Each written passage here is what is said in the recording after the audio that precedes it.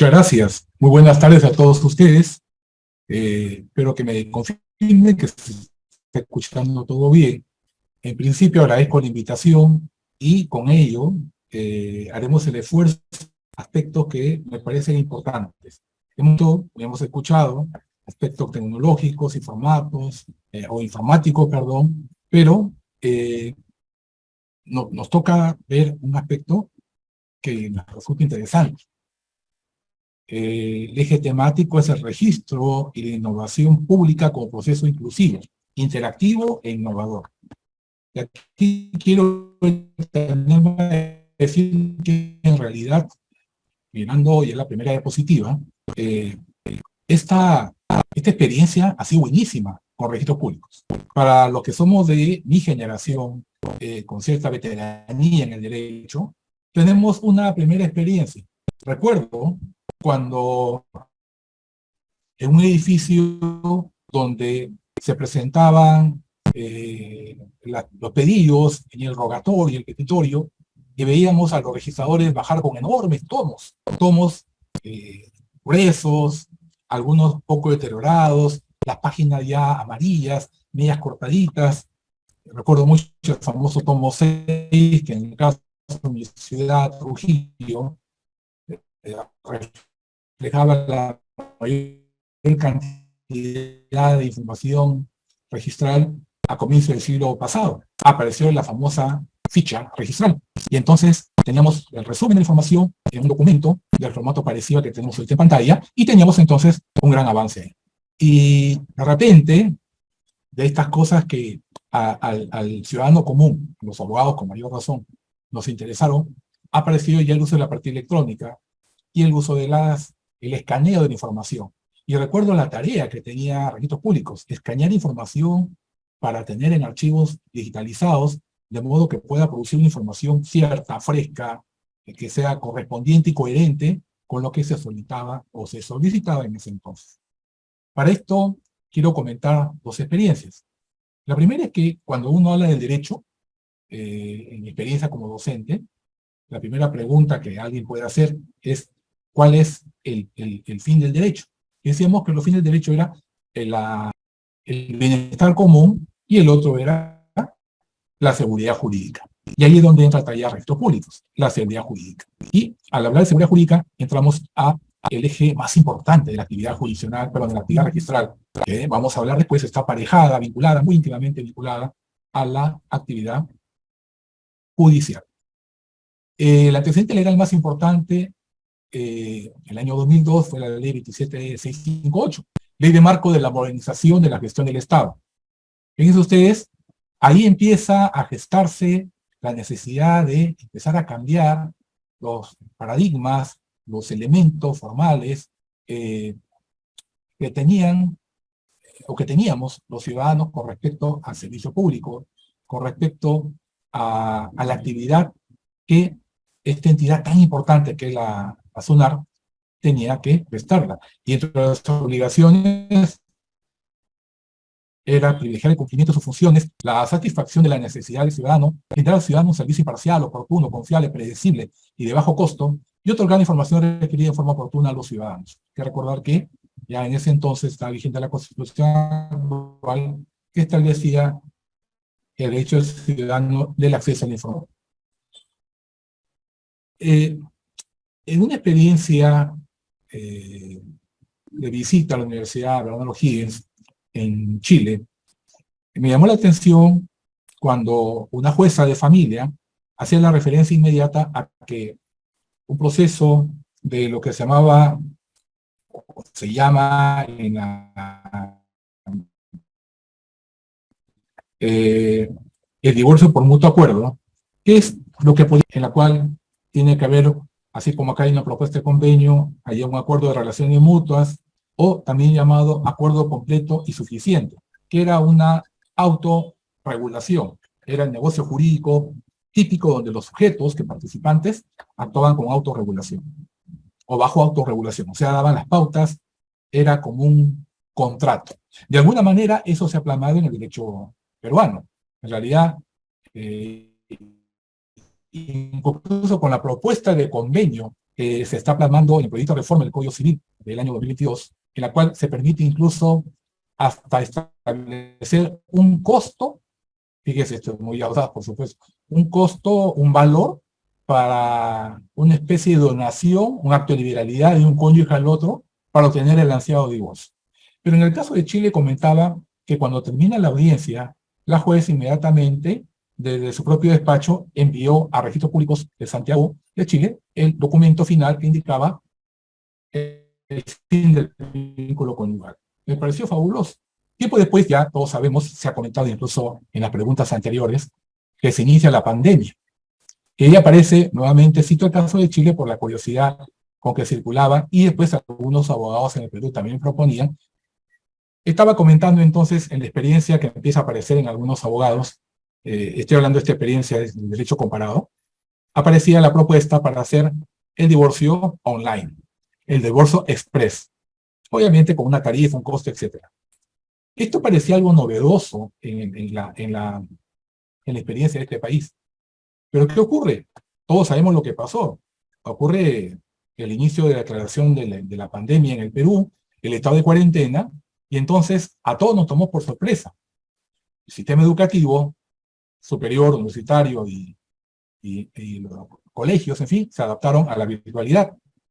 Registros Públicos ya tenía parámetros para adaptarse a la virtualidad, tenía ya reglamentos, tenía una serie de elementos que podían permitir esa adaptación. E igual también existía esta misma actividad en el caso, por ejemplo, del Poder Judicial. Y el Poder Judicial, antes de la pandemia, había iniciado algo que hace más de 25 años, cuando intervino en un evento invitado por una institución alemana, fue el único, tal vez ingenuo en ese momento, para la mayoría que tenía la idea que era imposible hablar de la oralización de los procesos judiciales. Se me decía, no, es imposible oralizar un proceso judicial. ¿Cómo va, por ejemplo, me decía, cuando un magistrado me decía, ¿cómo va, profesor, usted a pretender que un juicio en un acto jurídico sea oralizado? Bueno, parecía algo utópico. Yo insistí que eso sí era posible. La pandemia nos ha demostrado que todos estos procesos judiciales, contenciosos y no contenciosos, de conocimientos sumarísimos o abreviados, han sido utilizados o son utilizados bajo esta formalidad. Entonces, acá quiero detenerme en esta parte. Qué importante ha sido no solamente el uso de la virtualidad, sino que también ha servido para reforzar la información digital que se nos pide en la Corte. ¿Esto por qué es importante? Porque va a tener una relevancia fundamental con el manejo de las actividades vinculadas a registros públicos con el registro o el Poder Judicial. Bueno, y surgió esta actividad del CID. La primera experiencia con el CID notarial fue en la actividad jurisdiccional, no todavía, sino con la actividad propiamente judicial, es el que ya, además de otros actos jurídicos que hacen los notarios, y que están regulados en la ley 26.662 de competencia notarial en procesos no contenciosos, una serie de actos jurídicos como las compraventas, las hipotecas, cancelación de hipotecas, inscripciones de copropiedad, constitución de sociedades, etcétera, que ha sido un éxito total en el manejo notarial. Esa es una buena experiencia, porque estamos hablando que se ha manejado correctamente este aspecto del derecho. Y ya el año 2019 se crea el CID judicial sobre las medidas cautelares. Vamos a hablar un poquito más después de eso. Y también está el CID municipalidades en el año 2022, donde el juzgado de ejecución coactiva, en que se autoriza la presentación de electrónica de resoluciones administrativas con firma digital de los ejecutores coactivos de las municipalidades, y era importante, porque se probó con esto que era posible la presentación de títulos CID respecto a el reemplazo de, o incluso con más eficacia de, los soportes de papel de las municipalidades provinciales y distritales. Esta es una buena experiencia. Entonces, entendemos que en el SIP, el Sistema de Intermediación Digital, SUNAR, la presentación electrónica del parte notarial del año 2019 que considero exitosa en todos los sentidos, sobre todo porque ha dado mayor seguridad jurídica a los ciudadanos en la medida que evita las formas maliciosas de suplantación de identidad, etcétera, con la cual hemos tenido una década tormentosa, por decirlo así, en el ámbito extrajudicial, y hasta ahora se arrastran procesos judiciales de nulidad de actos jurídicos, donde el sistema judicial, siguiendo una pauta del Tribunal Constitucional, se inclina por invalidar actos jurídicos inscritos a registros públicos, donde quienes han actuado lo han hecho con suplantación de identidades, con falsas representaciones, falsos poderes, y han afectado a muchos ciudadanos. También está dentro del sistema de intermediación digital la medida de incautación vía parte judicial con firma digital. Eso fue muy anterior todavía, el año 2017. Y el año 2019 ya están las medidas cautelares a través de parte judicial con firma digital. Ojo, es muy importante mencionar lo de la firma digital porque eso da enorme garantía a que el sistema registral reciba de la persona, así como el notario, que está debidamente acreditado porque ha seguido todo el protocolo, todo el procedimiento para poder realizar actos jurídicos con validez total para los ciudadanos, la seguridad jurídica que nos referíamos, como las medidas cautelares por parte judicial que siguen esta misma suerte. El sistema de intermediación digital aprobado en la resolución 120/2019 permite la generación, presentación y trámite de inscripción de título electrónico ante el registro. Acá tenemos entonces esta resolución 240/2019 SUNAR, en la cual se regula la presentación, trámite y inscripción de título conformado por parte judicial con firma digital sobre medidas cautelares. Creo que ha sido un buen primer paso, porque la medida cautelar, recuerdan todos ustedes, tiene un carácter urgente, el periculum in mora, el periodo en la demora, la provisionalidad, la importancia de evitar con ello que se genere alguna seguridad jurídica previa, preliminar para el ciudadano, hasta que se resuelva el fondo del asunto, hasta que se admita una demanda, se actúe, se sentencie y se recurre incluso hasta sede casatoria en la Corte Suprema, pero ya teníamos la medida cautelar anotada.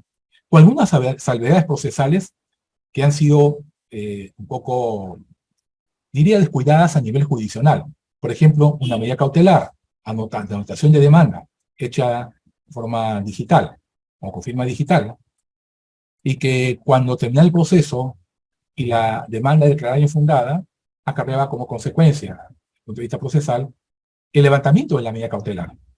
Finalmente, los jueces toman la provisión de comunicar al ciudadano que la medida cautelar cuya anotación se hizo al comenzar el proceso, puede ser, se pone en conocimiento que se está pidiendo el levantamiento de la medida cautelar para que actúe, de repente rinde una caución juratoria, en fin, para asegurar que el proceso debe continuar, perdón, la anotación de la demanda debe continuar aun cuando hay una segunda instancia y eventualmente se revise esto en sede de la Corte Suprema. Las medidas cautelares que se anotan son anotación de demanda, el embargo y la incautación, que tiene un carácter gratuito, porque esto hay que recordar, viene del tema penal. Entonces ya ahí estamos ante una identificación de cuáles son los elementos importantes que solamente esto que estamos indicando en materia de medidas cautelares. Muy bien. ¿Qué es lo que proponemos? Quiero que entiendan que en mi exposición hay dos partes. Esta primera parte es pedir la coordinación. Como han dicho bien los expositores anteriores, hay un problema muy serio. Hay un problema muy serio que es el de coordinación. A mí me pareció fabuloso, por ejemplo, que en un centro comercial de Trujillo, que está cerca de la universidad en que trabajo, hay una entidad, se ha abierto, no una entidad, sino se ha abierto un espacio físico llamado MAC, que es el módulo de atención al ciudadano, donde están yendo todos los ciudadanos y encuentran a todas las entidades públicas con las cuales pueden realizar un solo servicio de carácter, por ejemplo, carácter consular, de carácter registral, atarreñé, en fin, entidades que están unificadas en un solo espacio físico. Bueno, esto en lo físico resulta bastante atendible, pero ya hablando ya del sistema de intermediación registral, si ha sido eficaz en la actividad notarial municipal, en las medidas cautelares, ¿por qué no ampliarse las actividades procesales a las diversas vías procedimentales? Estaba viendo un documento, una noticia de Ayacucho, donde se está haciendo algún trabajo de coordinación. Y esto debe hacerse ya en los procesos no contenciosos, tomando en cuenta que la eficacia en la experiencia notarial bajo la ley 26.662 o ley de competencia notarial en asuntos no contenciosos sí puede servir para el manejo de los procesos no contenciosos en la actividad judicial registral. O sea, hay una interactuación, una interactividad que va más allá de lo innovador, va a ser útil al ciudadano, va a abreviar y va a significar esto que todos anhelamos siempre y evitemos esa vieja expresión, justicia que tarda no es justicia. Igual se pueden dar procesos contenciosos en las diversas vías procedimentales y los procesos laborales y penales en las diversas vías procedimentales, incluyendo también, o tomando en cuenta que ya en los 3 casos, los procesos están oralizados e incluso están dándose con mayor celeridad o rapidez cuando el magistrado lo tiene a bien, la evaluación del proceso mismo, oralizado, donde el abogado tiene que ir preparado para su esquema de defensa, en la teoría del caso, en los 3 casos, civil, penal o laboral, llevar la teoría del caso, estar preparado para exponer el sustento de sus argumentos, escuchar la refutación y la demostración de lo que se refuta frente al que argumenta, la propuesta, el saneamiento procesal, la propuesta de puntos controvertidos, a veces juzgamiento anticipado al proceso cuando es un tema de puro derecho, o eventualmente que el juez hasta pida a las partes alegatos en este momento, manifiesten sus posiciones y dicta sentencia, que sería lo importante de esta etapa judicial. Y ya la ejecución puede hacer en forma inmediata, directa. Por ejemplo, procesos no contenciosos.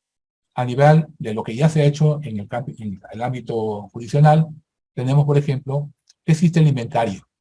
El proceso de inventario puede ser judicial o notarial, ¿correcto? Y si es inventario judicial, debe ser protocolizado notarialmente. El inventario es muy importante. No hay que confundir, por ejemplo, el inventario con relación de bienes. Cuando alguien pide una solución intestada o demanda una solución intestada, la norma procesal y notarial exigen al ciudadano heredero o presunto heredero que dicte o enuncie una relación de bienes. En la práctica he visto, en la práctica de la notarial, que se omite ese aspecto. Y se omite como si no fuera importante. Y entonces se omite indicar, por ejemplo, que hay bienes muebles, bienes inmuebles, cuentas bancarias, vehículos no necesariamente autorizados, en fin.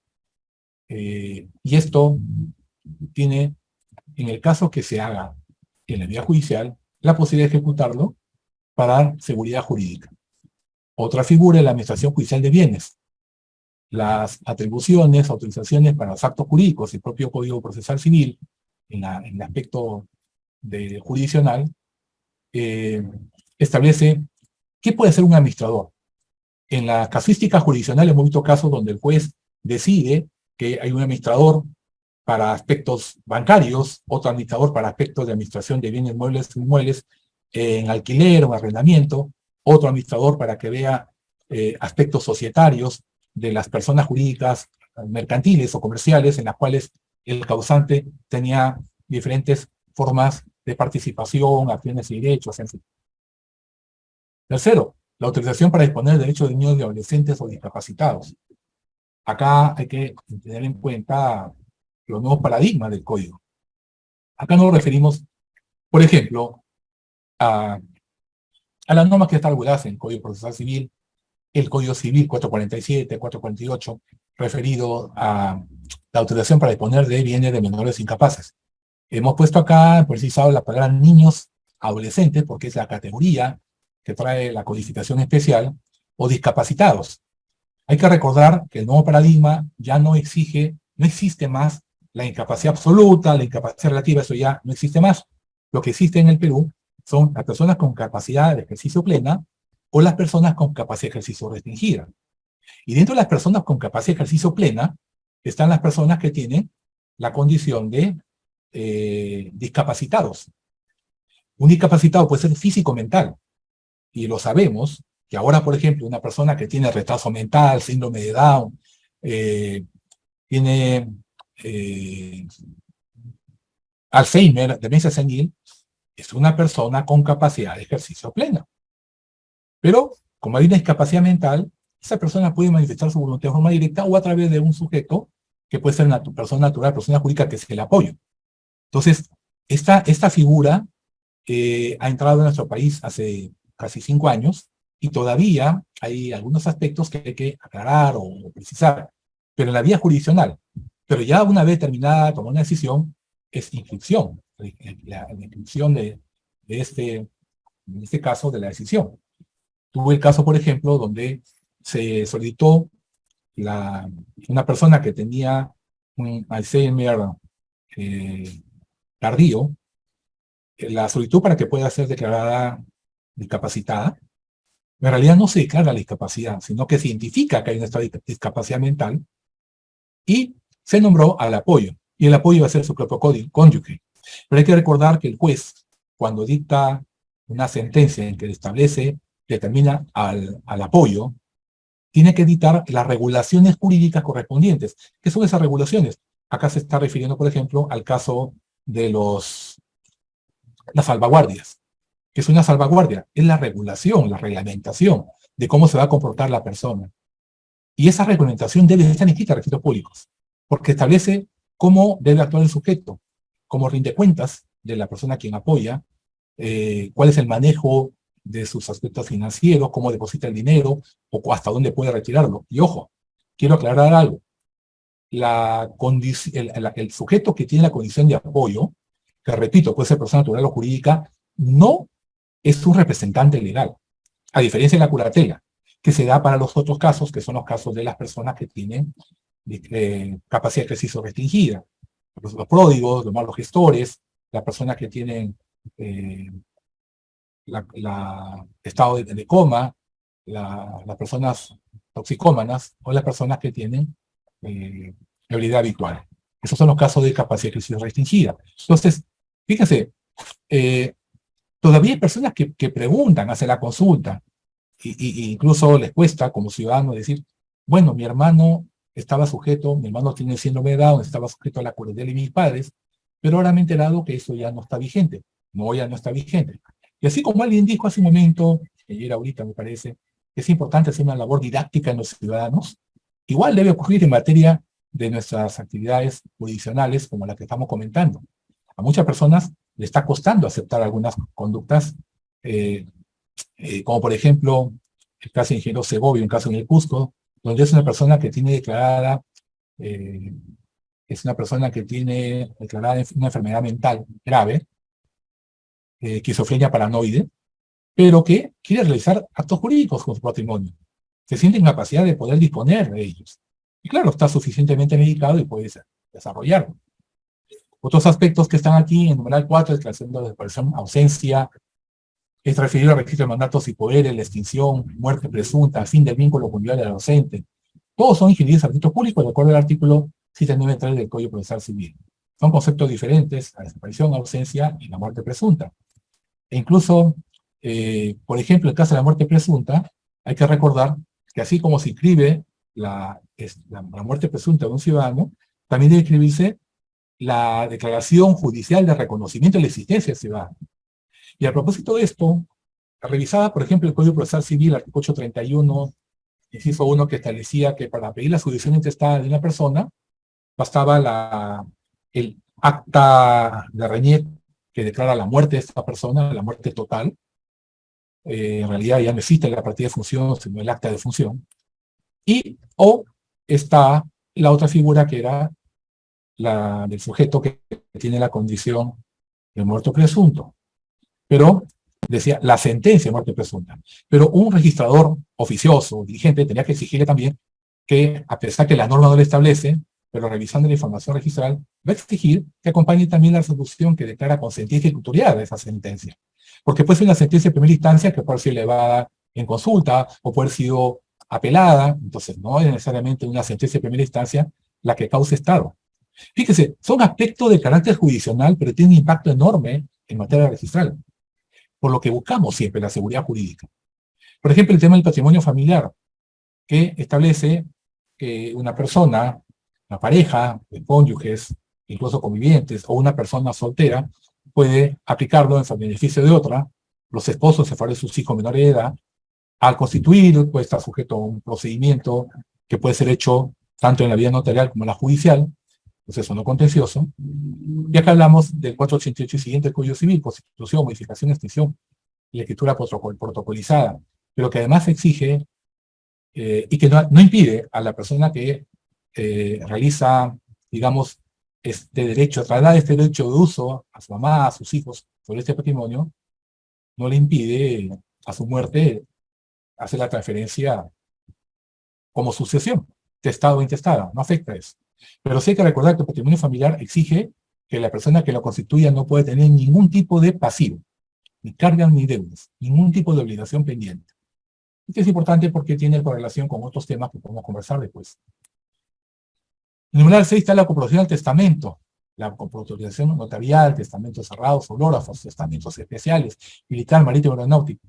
Al respecto, adelantando un poco el tema, quiero comentar que existe en registros públicos la resolución SUNAR número 156 del año 2012, del 19 de junio de 2012, que regula el registro de testamentos y el registro de sucesiones intestadas, y que me parece excelente la idea de la vinculación de este registro, adelantando un poco las precisiones que son necesarias a este sistema que se ha creado acá, y que además ha sido modificado por la resolución SUNAR también, 163 de 2021, ya en plena pandemia, el 15 de noviembre de 2021. Me parece muy importante el paso que ha dado registros públicos.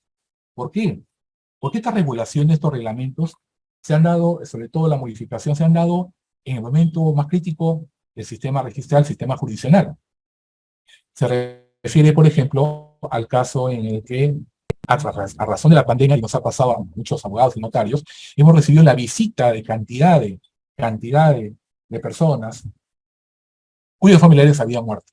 Recuerden, más de 200.000 fallecidos, muchas de personas no habían tomado la precaución de hacer un testamento, la mayoría era sucesión intestada, o lo habían hecho, y lo habían hecho en algún momento, de repente su situación jurídica era diferente, y había que interpretar una serie de aspectos para entender, por ejemplo, una situación jurídica diferente. La persona hizo su testamento, pero después falleció. Pero al fallecer, resulta que ya estaba divorciado. Ahí teníamos que aplicar, por ejemplo, las reglas de que por el divorcio cese el derecho hereditario del cónyuge, sea divorcio convencional de mutuo acuerdo o sea divorcio por causal. En ambos casos se pierde el derecho a heredar, pero había que tomar eso en cuenta, y por eso que en la creación de testamento había que considerar la inscripción del acta de función, la fecha del acta de función, y eventualmente hacer cruce de información, por ejemplo, con el registro personal. En realidad, Registros Públicos ha tomado una serie de iniciativas innovadoras, como es el uso de los índices, pero quiero acá cuidar, este cruce de información tiene que ser utilizado de una manera técnica en la medida que vamos a explicar después. Estos reglamentos que hemos comentado tienen necesariamente relación con el artículo 2039 del Código Civil, e incluso el 2041, que se refiere al registro de testamentos, y el 2041 al registro de sucesiones intestadas, pero y que traen una serie de aspectos que me parecen relevantes de comentar. Si nos alcanza el tiempo, pues desarrollaremos todo lo que sea con respecto a ello importante. En el numeral 7 tenemos la sucesión intestada, inmutación preventiva e inscripción definitiva, como un proceso no contencioso. También está regulado en este reglamento, incluso tanto a nivel notarial como judicial. En este caso estamos hablando de la sede judicial. Tenemos también el exequatur, el reconocimiento de resoluciones judiciales y laudos expedidos en el extranjero, que eventualmente puede estar referidos a testamentos o a decisiones testamentarias, incluyendo eventualmente, por ejemplo, las decisiones respecto a la confrontación que existe con el fideicomiso sucesorio y la legítima de una persona, en que la legítima queda recortada frente a la decisión del causante de hacer uso del fideicomiso testamentario o el fideicomiso sucesorio. 9. Las solicitudes que a pedido interesado por decisión del juez carezcan de contención, designación de representantes de apoyo con discapacidad física o mental. Fíjense ustedes, acá estamos comentando, o comentaba hace un momento, del caso de una persona que ha ido a un juez a pedir, una persona con enfermedad mental, con Alzheimer avanzado, a solicitar que declaren nombre de su apoyo, pero de que además Y esto quiero que quede claro. La designación de apoyo no significa representación legal. La representación legal hay que pedirla. O sea, cuando uno demanda la designación del apoyo, hay que, aparte de eso, pedir la designación representante de la persona que va a ser sujeto de apoyo, por razones de discapacidad mental o física. Y ahí está esto regulado en el artículo 659-B del Código Civil, que establece que el representante tiene que pedirse aparte. No es lo mismo. Si se designa un apoyo, no significa que ese apoyo ya tiene la representación. No, no la tiene. Solamente va a ser un interpretador de la voluntad jurídica del sujeto. Y por eso es muy importante que la designación del representante legal en el apoyo, sea cualquiera sea la capacidad de ejercicio plena o restringida, tiene que hacerse con inscripción en el registro de mandatos y poderes, con inscripción en el registro personal. Es importante esto. Hace muchos años, y esto ya ha sido corregido, hace muchos años recuerdo en una casa de una pareja que se separó de patrimonios, y la separación de patrimonios se inscribió solamente en el registro personal. La señora viajó al extranjero y cuando regresa encuentra que su casa estaba a punto de ser rematada. ¿Por qué? Porque se vigiló el registro personal, pero no en el registro de propiedad inmueble. Entonces es muy importante que el registrador tenga en cuenta, esto ya está resuelto, ya ahora está ordenado así, pero en ese entonces no. Tuvimos que pedir la inscripción del registro de la separación de patrimonios también en propiedad inmueble, y con eso enviamos cartas notariales a todas las entidades acreedoras, porque el cónyuge, el esposo,